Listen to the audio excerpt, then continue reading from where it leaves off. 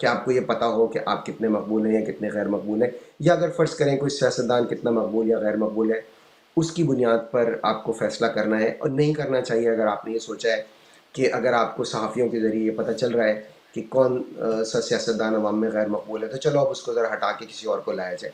یہ سب کام آپ کے منصب کے نہیں ہیں، شایع نشان نہیں ہے. تو جنرل کیانی نے اس ریت کو آگے بڑھایا، اور انہی کے دور میں ایک اور بہت اہم عہدے پر فائز دوسرے صاحب ہیں، انہوں نے بھی اس میں اپنا پورا حصہ ڈالا.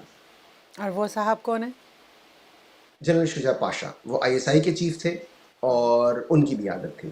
اور انہوں نے تو بلکہ ایک وہ جو بہت اہم واقعہ ہوا تھا، آپ کو یاد ہوگا، بن لادن کا ایبٹ آباد والا، اس کا جب ان کو علم ہوا تو انہوں نے فون کر کے ایک صحافی کو خود بتائی ہے بات کہ کس طرح سے کیا ہوا یہ.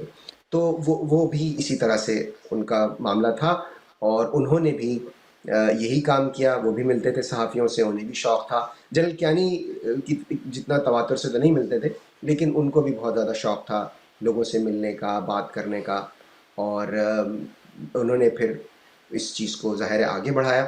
لیکن بعد میں پھر ہم دیکھتے ہیں کہ آئی ایس آئی کے ایک چیف آئے جنہوں نے اس روایت کو ختم بھی کیا. لیکن کوکب ان پہ جانے سے پہلے کہتے ہیں it takes to to tango.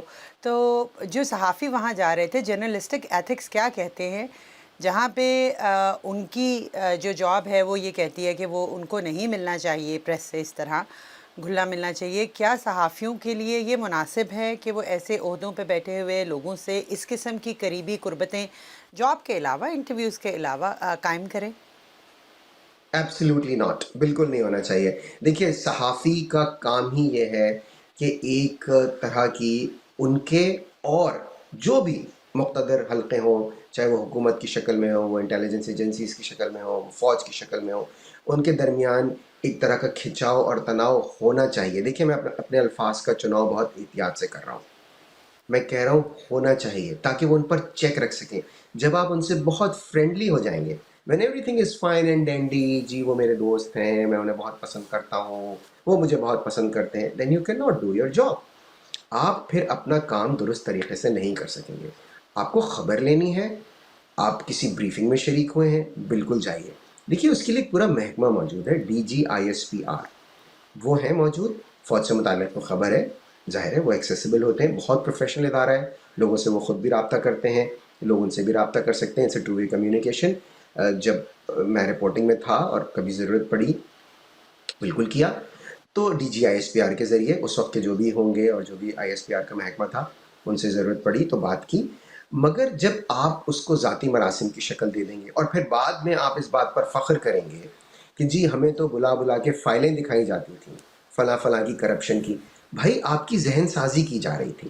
آپ کو اگر بلا کے فائلیں دکھائی جاتی تھیں تو آپ کو اپنے آپ سے بھی یہ سوال کرنا چاہیے تھا کہ وائی می، اس لیے کہ آپ سے کوئی کام لینا تھا اور آپ اس کام کے لیے استعمال ہو گئے. اب مجھے نہیں پتا کہ اس پر ملال ہے، پچھتاوا ہے یا نہیں ہے، لیکن ممکن ہے آج بھی یہ کام ہو رہا ہو. مگر جب میں جس دور کی بات کر رہا ہوں، اس دور میں تو باقاعدہ اس کو ایک شکل دی گئی، انسٹیٹیوشنلائز کیا گیا، اور صحافی اس میں استعمال ہوئے جو کہ ان کو نہیں ہونا چاہیے تھا. ٹھیک. آپ نے بات کی کہ شجاع پاشا کے بعد ایک DGISI ایسے بھی آئے جنہوں نے بہت پروفیشنل ڈسٹنس رکھا پریس کے ساتھ. کن صاحب کا ذکر کر رہے ہیں آپ؟ جی، میں جنرل عاصم منیر کی بات کر رہا ہوں. اس وقت وہ ISI کے چیف تھے. ہو سکتا ہے لوگ یہ سمجھ رہے ہوں کہ میں اس وقت وہ چونکہ چیف آف آرمی اسٹاف ہیں تو شاید میں ان کی ستائش میں یہ بات کر رہا ہوں. ہرگز نہیں، جہاں تنقید کی ضرورت پیش آئے گی ہم کریں گے. لیکن یہ بات بالکل درست ہے کہ ان کا کانڈکٹ بہت پروفیشنل تھا. انہوں نے صحافیوں سے اپنا ایک بالکل فاصلہ جو ہے وہ برقرار رکھا. بلکہ میں آپ کے ناظرین کی دلچسپی کے لیے بتا دوں کہ ان کے ایک کلاس میٹ تھے جو کہ اس وقت بہت سینئر جرنلسٹ ہیں، اور وہ ان کے ساتھ، بلکہ ان کے گھریلو ان کے تعلقات تھے، آنا جانا سب کچھ. جب وہ ISI کے چیف بنے تو انہوں نے ان سے فاصلہ اختیار کر لیا. باقی لوگ فیملیز کا آپس میں ملنا جلنا اسی طرح رہا. لیکن جنرل عاصم منیر نے اس بنا پر کہ چونکہ اب ان کے پاس ایسا عہدہ ہے کہ وہ کسی صحافی سے بہت زیادہ قریب رہنا ان کے لیے جو ہے وہ شاید وہ ہو، ان کے لیے کانفلکٹ آف انٹرسٹ ہو، تو انہوں نے ان سے دوری اختیار کر لی.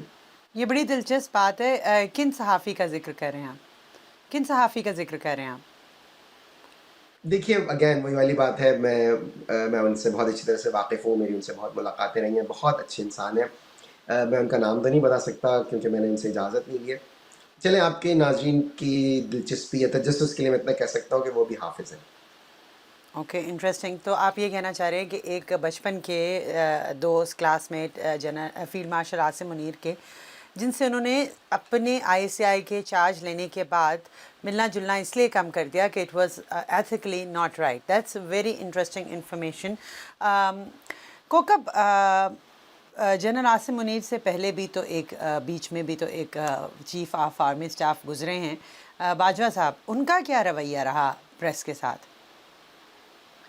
General Bajwa was the worst. General Bajwa دیکھیے پاکستان کی تاریخ میں ہی go down in Pakistan history among the worst culprits. انہوں نے جو جمہوریت کو جو نقصان پہنچایا وہ تو ظاہر الگ ہے. انہوں نے صحافت کو بہت زیادہ نقصان پہنچایا. وہ صحافیوں سے باقاعدہ ملتے تھے، ان کو بٹھا کے ان سے گھنٹوں بالکل فضول کی باتیں کرتے تھے. یعنی ان کی تنخواہیں پوچھنا، ان کے گھر کے معاملات، ایک صحافی کو دوسرے کے خلاف بھڑکانا، ایک سیاستدان کو کسی اور کے خلاف بھڑکانا، اس طرح کے کام وہ کیا کرتے تھے. اور انہوں نے اتنا نقصان پہنچایا اس معاملے میں کہ آپ یہ دیکھیے کہ انہوں نے اسی طرح کی کسی کیفیت میں یہ بھی کہہ دیا کہ پاکستان تو انڈیا سے لڑنے کے قابل ہی نہیں ہے. پاکستان کے تو ٹینکوں میں آئل نہیں ہے، وہ تو چل بھی نہیں سکتے. تو ظاہر آگے بات ہوگی تو میں مزید بتاؤں گا کہ کس طرح سے ان کا اتنا سیاستدانوں سے اور صحافیوں سے خاص کر قربت ان کی جو ہے وہ پاکستان کے لیے، پاکستان کی فوج کے لیے نقصان کا موجب بنی. لیکن کوکب، آپ یہ جو ہسٹری کے جن چیپٹرز کی آپ بات کر رہے ہیں، اس میں آپ نے نام تو نہیں بتائے صحافیوں کے، لیکن جن جن صحافیوں کی ملاقاتوں کا آپ ذکر کر رہے ہیں، آپ نے کیا ان صحافیوں کی صحافت پر ان ملاقاتوں کا اثر دیکھا؟ اور اب ان کا کیا سٹینس ہے اور وہ کہاں کھڑے ہیں وہ صحافی؟ جی بالکل دیکھا. دیکھیں نا جس طرح سے میں نے پہلے بھی عرض کیا کہ جب کوئی آپ کو بلا کے کسی سیاستدان کی کرپشن کی فائلیں دکھا رہا ہے تو اس کا مقصد ہے کہ وہ آپ سے کچھ آپ کے طرز فکر کو یا آپ کے طرز صحافت کو بینڈ کرنا چاہ رہا ہے، وہ آپ سے اپنے مطلب کی رپورٹنگ کروانا چاہ رہا ہے. تو بالکل صحافت پر اس کا منفی اثر ہوا باجوہ صاحب کے دور میں. اچھا، پھر باجوہ صاحب نے 2 اننگز کھیلی. ایک پہلی اننگز انہوں نے اپنی کھیلی نواز شریف کے خلاف، اور دوسری اننگز جو سیکنڈ اننگز تھی ان کی، اور ظاہر ہے پہلی اننگز میں وہ ناٹ آؤٹ رہے اور ان کے پاس بہت اچھا موقع تھا PTI کے پاس، عمران خان کے پاس، کہ ان کو ایکسٹینشن نہ دیتے. انہوں نے بہت بڑی چوک کی، ان کو ایکسٹینشن دی. اب وہ اس پہ پچھتاتے ہیں کہ جی ہم سے غلطی ہو گئی. نواز شریف کے پاس بہت اچھا موقع تھا، وہ اس ایکسٹینشن کا حصہ نہ بنتے، لیکن انہیں بھی اپنے ذاتی فائدے کے لیے انہوں نے اس ایکسٹینشن کا حصہ بنے. تو جب انہوں نے پہلی اننگز میں انہوں نے صحافیوں کو بلا کے نواز شریف کے خلاف ان کی ذہن سازی کی، اور دوسری اننگز میں جب وہ عمران خان کے خلاف ہو گئے، ابھی عمران خان حکومت میں ہی تھے، کہ انہوں نے صحافیوں سے عمران خان کے خلاف پورا ایک کیمپین، آپ ایک sustained media campaign, Imran Khan ابھی حکومت میں ہی تھے، کہ ان کے خلاف شروع کر دی. تو انہوں نے تو دوہرا نقصان پہنچایا، پہلے اس طرح سے اور پھر اس طرح سے. تو آپ کی یہ بات بالکل بجا ہے کہ دیکھیں یہ نقصان اس نوعیت کا جو ہوتا ہے وہ یک طرفہ نہیں ہوتا. اس سے جو فوج کی ساکھ ہے اسے نقصان پہنچا، نیشنل سیکیورٹی بالکل متاثر ہوئی. جب آپ صحافیوں کے درمیان یہ بیٹھ کے کہیں گے کہ آپ انڈیا سے لڑنے کے قابل نہیں، آپ اندازہ کیجیے کس قدر نامناسب بات ہے. پھر صحافیوں کو وہ ان پر اثر انداز ہوئے، اور معذرت کے ساتھ ہماری برادری ہے، ہماری فرٹرنیٹی ہے، لیکن میں افسوس سے کہوں گا کہ وہ متاثر ہوئے اور انہوں نے اس کا اثر لیا، اور وہ نظر آیا ان کی رپورٹنگ میں. کوکب یہ بتائیے کہ باجوہ صاحب کی اینڈ گیم کیا تھی؟ کیوں کر رہے تھے یہ سب کچھ؟ دیکھیے ان کے گول پوسٹ تبدیل ہوتے رہتے تھے. پہلے ان کا ہدف نواز شریف تھے، اس کے لیے انہوں نے سیاستدانوں کو اور صحافیوں کو ظاہر استعمال کیا. اور جب ان کو یہ نظر آنے لگا کچھ ہی عرصے میں، وہ بالکل کچھ عرصے کے بعد ہی وہ متنفر ہو گئے PTI سے، عمران خان سے، اور پھر ظاہر ہے انہیں ضرورت پڑی. اب انہیں لگا کہ ان کا یہ والا کام کہ نواز شریف کو جو ہے انہوں نے بھٹا دیا ہے، تو انہوں نے اپنا وہ والا ہدف تو حاصل کر لیا تھا. تو ایک اینڈ گیم تو ان کا یہ تھا. اور دوسرا ظاہر ہے جب انہوں نے نواز شریف کو ہٹا دیا اس کے بعد پھر ان کے پاس دوسرا ہدف یہ تھا کہ وہ عمران خان کو ہٹائیں. دیکھیں عمران خان کے مخالفین جو ہیں وہ لاکھ ہی کہتے رہے کہ جی وہ نو کانفیڈنس موو تھی، وہ ایک جمہوری راستہ تھا. Absolutely not. جنرل باجوہ کی تائید کے بغیر بالکل نہیں ہو سکتا تھا یہ، اور اس میں انہوں نے پورا ایک ماحول بنایا جس میں میڈیا کو بھی استعمال کیا اور سیاستدانوں کو بھی استعمال کیا. تو یہ بتائیے کہ پاکستانی فوج کے جتنے معاملات ہوتے ہیں وہ آئی ایس آئی کی مدد کے بغیر ممکن نہیں ہو پاتے. تو اس وقت آئی ایس آئی کے ہیڈ کوارٹر میں کیا ہو رہا تھا جب جنرل باجوہ یہ ملاقاتیں کر رہے تھے اور یہ سازشیں بن رہے تھے؟ وہاں فیض حمید بیٹھے ہوئے تھے، اور فیض حمید ونس اگین ہی واز ٹیریبل. ان کا بھی بالکل یہی معمول تھا. وہ تو بہت زیادہ شوقین تھے، اور ان کے جو ان کے متعلق جو باتیں وہ تو معاملات صحافیوں سے بھی آگے تھے. وہ تو مطلب ان کے بارے میں تو شوبز کے لوگوں سے بھی ان کا نام منسوخ کیا. لیکن میں اس لیے نہیں کچھ کہوں گا کہ میرے پاس اس بارے میں کوئی براہ راست معلومات نہیں ہے. یہ صرف افواہیں ہیں یا ممکن ہے الزامات ہوں، لیکن ان پر یہ تھے اس نوعیت کے الزامات کہ ان کے جو اوکے. شوبز کے لوگ تھے ان سے بھی قربت تھی. لیکن صحافیوں پر ہم واپس آتے ہیں. دیکھیے وہ بھی یہی کام کرتے تھے، اور اس حد تک کہ جب وہ آئی ایس آئی کے چیف کے عہدے پہ نہیں رہے اور وہ پشاور کے کور کمانڈر ان کو بنا کے بھیج دیا گیا تھا، وہ وہاں بھی لوگوں کو بلاتے تھے. تو فیض حمید نے بھی بہت نقصان پہنچایا ہے، اور آئی ایس آئی کے ہاتھ میں سب کچھ ہوتا تھا. من پسند صحافیوں کو کہاں بھرتی کروانا ہے، کس کو کتنی تنخواہ دلوانی ہے، کون سے صحافی ان کو ناپسند ہے اسے نوکری سے نکلوا دینا ہے. یہ کام فیض حمید نے بہت کیے. لوگوں کو نشانہ بنایا جو ان کو پسند نہیں تھا کسی بھی وجہ سے. اور اچھا اس میں بہت زیادہ ایسا ہوا کہ ان کے جو حصے کی برائیاں ہیں وہ بہت حد تک عمران خان کے کھاتے میں آئیں. اب چند نام ہم بالکل لے سکتے ہیں اس لیے کہ وہ لوگ نشانہ بنے، جیسے کہ اسد طور نشانہ بنے، جیسے کہ حامد میر ان کا شو آف ایئر ہوا. براہ راست عمران خان سے مطیع اللہ جان ان کو اٹھایا گیا. تو دیکھیے بہت ساری چیزیں ایسی ہوئیں جو فیض حمید صاحب کے کھاتے میں جا سکتی ہیں، جو کہ ان کے دور میں ہوئیں، جو کہ ان کے ایما پر ہوئیں، جو کہ ان کے احکامات پر ہوئیں. انہوں نے بھی اسی طرح سے پاکستان کی صحافت کو، سیاست کو بہت زیادہ نقصان پہنچایا ہے. لیکن چونکہ آج کا ہمارا موضوع صحافت سے متعلق ہے تو میں آپ سے یہ عرض کر دوں کہ وہ بھی یہی کام کرتے تھے. لوگوں سے ملتے تھے، افواہیں پھیلاتے تھے، اپنے مطلب کی سٹوریز لگواتے تھے، اپنے مطلب کی سٹوریز ہٹواتے تھے، جو کہ ان کے منصب کے شایان نشان نہیں تھا. لیکن انہوں نے یہ کام بہت تواتر سے اور کثرت سے کیا. Kaukab correct me if I am wrong. تو لگتا یہ ہے کہ اشفاق پرویز کیانی کے بعد سے پاکستانی فوج کے کرتا دھرتا جو بھی تھے انہوں نے یہ سیکھ لیا کہ ہم میڈیا کو قابو کر کے میڈیا مینوورنگ سے کس طرح سیاست دانوں کو یا اپنی مرضی کا نیریٹو بلڈ کر سکتے ہیں. Is it what they were doing? Absolutely بالکل آپ درست پہنچے ہیں. دیکھیں درمیان میں ایک جنرل راحیل شریف کا بھی دور آیا. انہوں نے لیکن براہ راست ملاقاتوں سے زیادہ انہوں نے آئی ایس پی آر کو استعمال کر کے اپنی امیج بلڈنگ کی کوشش کی، اور اس میں وہ کسی حد تک کامیاب بھی رہے. انہوں نے کم از کم یہ راستہ نہیں اپنایا جنرل باجوہ یا جنرل کیانی والا راستہ، یا جنرل شجاع پاشا یا جنرل فیض حمید والا راستہ انہوں نے نہیں اپنایا. لیکن جو بات آپ کہہ رہی ہیں بالکل اس حد تک درست ہے کہ انہوں نے، ان کی بھی یہی خواہش تھی کہ ان کی امیج بلڈنگ ہو. مجھے ایک بات سمجھ میں نہیں آتی، کوئی ایک آرمی چیف ہے، فرض کریں پورا ملک ان کو بہت زیادہ وہ مقبول ہو جاتے ہیں، پورا ملک ان کو بہت پسند کرنے لگتا ہے، سو واٹ؟ یا بہت زیادہ ناپسند کرنے لگتا ہے، ونس اگین سو واٹ؟ آپ کا you have a job cut out for you. آپ کی ایک اپنی ذمہ داری ہے، آپ کی ایک جاب ہے، آپ کی ایک جاب ڈسکرپشن ہے، جیسے آپ کی میری ہم سب کی ایک جاب ڈسکرپشن ہوتی ہے. اس میں عوامی مقبولیت کہیں نہیں آتی. آپ عوام میں کتنے مقبول ہیں is not a part of your job description. Press میں آپ کتنے مقبول ہیں؟ نہیں. پریس میں آپ کا ذکر ہونا ہی نہیں چاہیے، عوام کو آپ کے بارے میں کچھ پتہ ہونا ہی نہیں چاہیے. اس لیے یہ پوری کی پوری جو کوشش ہوتی ہے in my view it's counter intuitive, یہ ہونی ہی نہیں چاہیے. اور ان لوگوں کو اسی لیے میں کہتا ہوں کہ پریس سے دور رہنا چاہیے. نہیں بالکل، یہ تو ویسی ہی خواہش ہے جیسے کہ کسی اور گورنمنٹ کے محکمے کا ایجوکیشن ڈپارٹمنٹ، ایجوکیشنل ڈپارٹمنٹ، کسی کا ڈائریکٹر یہ خواہش کرنے لگے کہ پورا پاکستان اسے جانے اور پہچانے. شاید آپ ایسی بات کریں. ہم نے آئی ایس آئی کے سربراہان کی بات کی. لیفٹیننٹ جنرل ندیم انجم ان کا کیسا رویہ تھا پریس کے ساتھ؟ دیکھیے ندیم انجم صاحب کا یہ ہے کہ جو پولیٹیکل انجینئرنگ ہے اور خاص کر 2024 کے جو الیکشنز ہوئے تھے اس میں بہت زیادہ ان پہ تنقید ہوئی، لیکن ونس اگین ہم بیجا تنقید کسی پر نہیں کریں گے. پریس کے معاملات میں سوائے اس کے جو انہوں نے ایک پریس کانفرنس کی تھی ارشد شریف کا جس دن جنازہ پاکستان پہنچنا تھا، اس کے علاوہ انہوں نے اپنا ایک پروفیشنل کانڈکٹ برقرار رکھا. انہوں نے پریس سے دوری اختیار کی رکھی.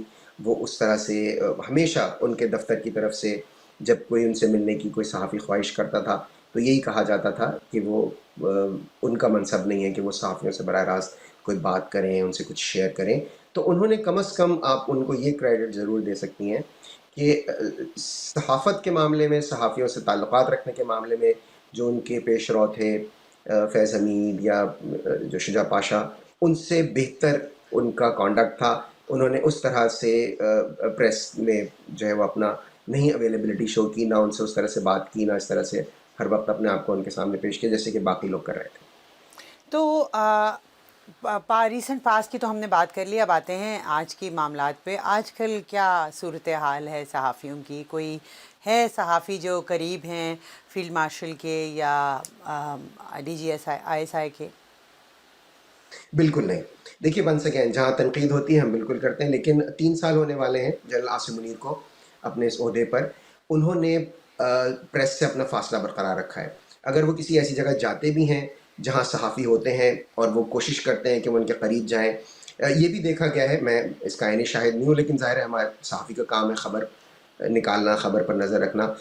ہمیں یہ خبریں ملی ہیں کہ بہت سے لوگ ان کی تعریف کر کے ان کے نزدیک جانے کی کوشش کرتے ہیں کہ جنرل صاحب آپ تو بہت عظیم کام کر رہے ہیں، آپ تو بہت اچھا کام کر رہے ہیں. تو وہ بس دور سے اتنا کہتے ہیں کہ اللہ بہتر کرے گا، اللہ مالک ہے، اللہ سب ٹھیک رکھتا ہے، اس طرح کی بات کر کے وہ ایک دوری برقرار رکھتے ہیں، اپنا ایک فاصلہ برقرار رکھتے ہیں. اور جو موجودہ D G I S I ہیں ان کے بارے میں بھی ہم نے یہ سنا ہے کہ وہ بہت زیادہ صحافیوں سے ان کے اس طرح سے رابطے نہیں ہیں، وہ بھی فاصلہ انہوں نے برقرار رکھا ہوا ہے. تو جو موجودہ چیف آف آرمی اسٹاف ہیں، جو موجودہ جو ہیں D G I S I, ان کے بارے میں تو ہم یہ کہہ سکتے ہیں کہ یہ لوگ کم از کم انہوں نے اپنا صحافیوں کے معاملے میں اور صحافیوں سے بات کرنے کے معاملے میں اپنا جو فاصلہ جو برقرار رکھنا چاہیے، جس پر ہم زور دے رہے ہیں، وہ انہوں نے رکھا ہوا ہے. تو کوکب جیسا کہ آپ نے کہا کہ 3 سال تک فیلڈ مارشل عاصم منیر نے ایک بڑا پروفیشنل ڈسٹنس مینٹین رکھا صحافیوں کے ساتھ، تو سہیل وڑائچ کے معاملے میں کیا ہوا؟ یہ جو ایک پورا مسئلہ کھڑا ہوا ہے پچھلے ایک ہفتے سے انڈر ڈسکشن ہے، کبھی ہاں کبھی نہ، یہ کیا چل رہا ہے؟ دیکھیے یہی تو کوتاہی ہوئی ہے اور یہی ہماری گزارش ہے ان سے جو ان کے پورے اسکیجول کو ہینڈل کرتے ہوں گے سب کچھ. ان سے یہ کوتاہی ہوئی کہ انہوں نے ایک صحافی کو ان کی ٹیبل پہ بٹھا دیا اور وہاں جو بھی باتیں ہوئی ہوں گی انہوں نے اس کو زیب داستان کے طور پر بنا کر ایک انٹرویو کے طور پر پیش کر دیا. تو and then it became P R fiasco پورا. اب دیکھیں اس کے لیے کتنی فائر فائٹنگ کرنی پڑ رہی ہے، کتنا دہائیاں دینی پڑ رہی ہیں، صفائیاں دینی پڑ رہی ہیں. تو اسی لیے ہم بار بار یہ گزارش کر رہے ہیں کہ جو بھی ہیں جو لوگ جو چیف آف آرمی اسٹاف کا اسکیجول ہینڈل کرتے ہیں، ان کا روٹین کو ہینڈل کرتے ہیں، انہیں صحافیوں سے دور رکھیے، انہیں پبلک مقامات، پبلک اجتماعات سے دور رکھیے. ان کا یہ کام نہیں ہے. ان کا کام ہے ایسا، ان کے کام کی نوعیت ایسی ہے کہ ان کے بارے میں ایک سیکریسی ہونی چاہیے، ایک تجسس ہونا چاہیے، ایک پراسراریت ہونی چاہیے. ایسا لگے کہ وہ کوئی ایسا کام کر رہے ہیں جس کے بارے میں کسی کو نہیں پتا.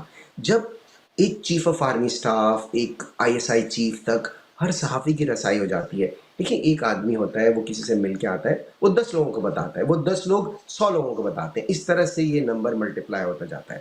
اس کی ضرورت نہیں ہے. ان کا کام ہے اور بہت اہم کام ہے اور بہت حساس کام ہے. ان کو ڈسٹریکشن ہوتی ہے جب آپ انہیں پبلک مقامات پر لے کر جاتے ہیں. آپ نے بہت فخری انداز میں بتایا کہ جی وہ 3 گھنٹے تک لوگوں سے کھڑے ہاتھ ملاتے رہے. بھائی ان کا وقت ان کاموں کے لیے نہیں ہے، وہ بہت ان کا وقت قیمتی ہے.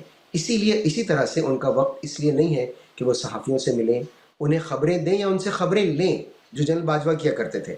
ان سے خبریں لیتے تھے، ان کی تنخواہیں پوچھتے تھے. میں یہ نہیں کہہ رہا کہ یہ والے چیف کرتے ہیں، بالکل نہیں کرتے، لیکن آپ اس چیز کو برقرار رکھیے، آپ فاصلہ برقرار رکھیے. آپ جو چیف آف آرمی اسٹاف کا جو مرکزی کام ہے، جو ان کا بنیادی کام ہے، جو ان کی جاب ڈسکرپشن ہے، اس پر ان کو فوکسڈ رہنے دیجیے. صحافیوں سے ملنا آئی ایس پی آر کا کام ہے، یہ ان تک محدود رکھیے. صحافیوں کو اور جو پبلک ہے، عام پبلک، وہ اس تک چیف آف آرمی اسٹاف یا ISI کی چیف کی رسائی اس طرح نہیں ہونی چاہیے.